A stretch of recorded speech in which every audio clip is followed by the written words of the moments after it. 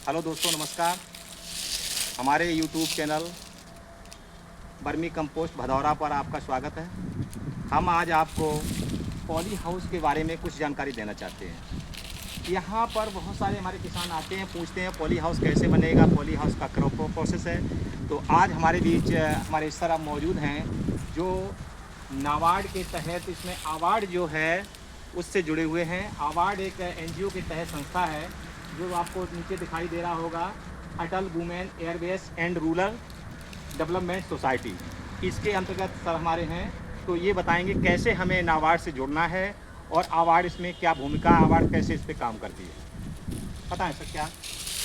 सबसे पहले ये होता है कि हम एक एनजीओ चलाते हैं। एनजीओ का नाम है Atal women awareness and rural development society. तो हम लोग नाबार्ड के साथ काम करते हैं। नाबार्ड क्या करता है, जैसे डायरेक्ट किसी को कोई परियोजना का लाभ ना दे करके एक एनजीओ के माध्यम से परियोजना का लाभ देते हैं। जैसे हमने यहाँ पे DPR low cost poly house परियोजना यहाँ पर हमने चलाई थी, तो हमारे यहाँ किसानों ने बहुत अच्छा काम किया है।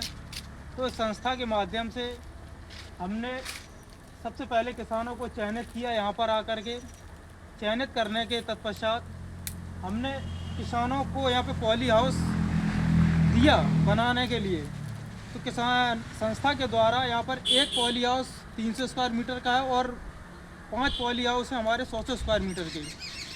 जिसमें क्या है, हम लोग सबसे पहले पॉली हाउस के अंदर पौध होती है उसको हम लगाते हैं। लगाने के बाद में उसमें ही फसल करते हैं। उसमें होता क्या है, जैसे हम बेमौसम सब्जियां ज़्यादातर करते हैं। जैसे सर्दियों के टाइम पे हम टमाटर करना चाहते हैं। हम लोगों को दिखाते ना। चलिए हम आपको एक बार विजिट करा देते हैं पॉली हाउस के अंदर का। तो सबसे पहले देखिएगा पॉली हाउस के अंदर है। अभी कुछ समय पहले यहाँ पर बैंगन और उसका फूल गोभी का बहुत ज़्यादा पौध लगाया गया था। इस समय फ़िलहाल हमारी जो पौध अभी चल रही है, इसमें प्याज की पौध डाली जा चुकी है और इसके अंदर शिमला मिर्च की भी पौध डाली जा चुकी है। उसके बाद देसी मिर्च की भी पौध डाली जा चुकी है। और आप देख भी सकते हो पॉली हाउस के अंदर बहुत खीरा भी लगा दिया गया है। कितना अच्छा भी पौध चल रहा है, सीजन है।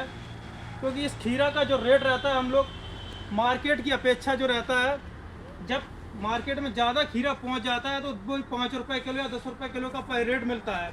जब हम बेमौसम सब्जियां लगाते हैं और हमारा आउट सीजन पे जाता है तो यही खीरा का रेट हमें 30 रुपये 40 रुपये किलो मिलता है। तो ऐसे कि हमने किसानों को यहाँ पे दिया है पॉली हाउस, जिससे भी कि अपनी आमदनी को कम खर्चे के साथ साथ अपनी आमदनी को अच्छे से बढ़ा लेते हैं वो। और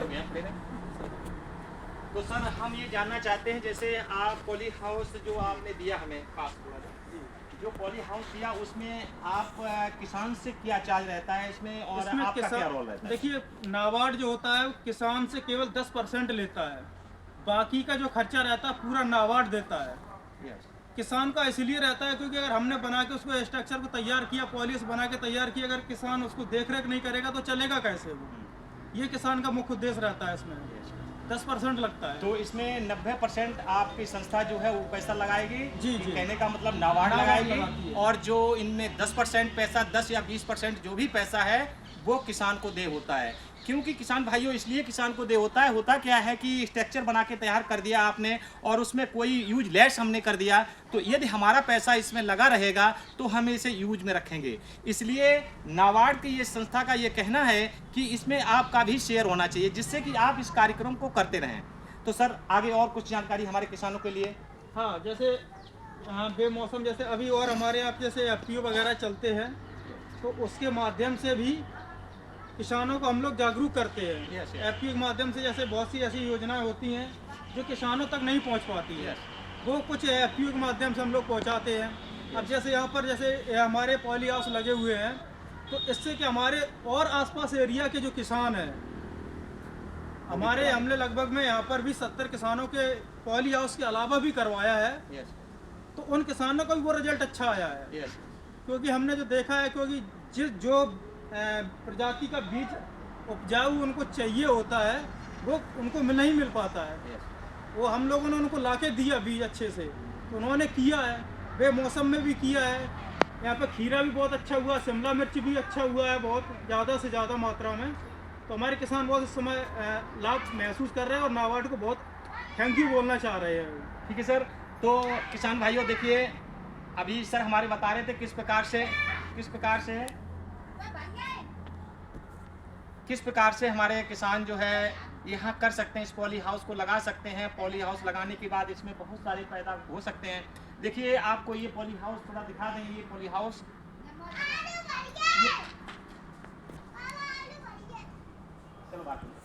ये पॉली हाउस जो हमारा है, इस पॉली हाउस के अंदर देखिए इस समय शिमला मिर्च, फूल गोभी, इसके अलावा और सारी क्रॉप्स इसमें होने वाली हैं। इसमें सबसे बढ़िया रिजल्ट इसमें किसान को क्या मिलने वाला है, यदि इसमें पौध प्रबंधन का कार्य करे, यदि नर्सरी का कार्य करे, तो इसमें सबसे अच्छा बेनिफिट मिलने वाला है।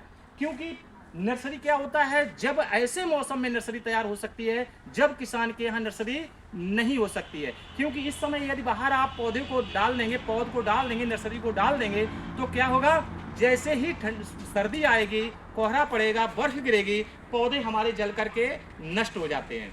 इस कंडीशन में यदि हम पॉली हाउस के अंदर अपना ये यदि नर्सरी डालते हैं तो 100% हमको 25 से 30 दिन के अंदर नर्सरी तैयार हो जाती है और नर्सरी तैयार होकर के हम अपने खेत पर लगा सकते हैं। इसमें किसान भाइयों मुख्य चीज़ ये हमारा करने का उद्देश्य ये है कि मान के चलिए हमें फरवरी में लगाना है, तो फरवरी में हम ऐसा कोई तो नहीं रीजन है जिससे हम पौध तैयार कर लें। इसके लिए हमें जनवरी में पौध डालनी होती है और जनवरी में इतनी सर्दी पड़ती है कि इसमें जो है हमारे अंकुर नहीं फूटते हैं, लिहाजा हमारा जो बीज है वो गल जाता है, खत्म हो जाता है। वो हम इससे किसान को बहुत बड़ी क्षति होती है। तो उससे रोकने के लिए पॉली हाउस एक बहुत बड़ा अच्छा प्लेटफार्म है। तो इसके माध्यम से आप नर्सरी उगा करके बहुत अच्छा लाभ कमा सकते हैं। नमस्कार किसानों, अगले ब्लॉग में फिर मिलते हैं। नमस्कार, जय हिंद, जय किसान।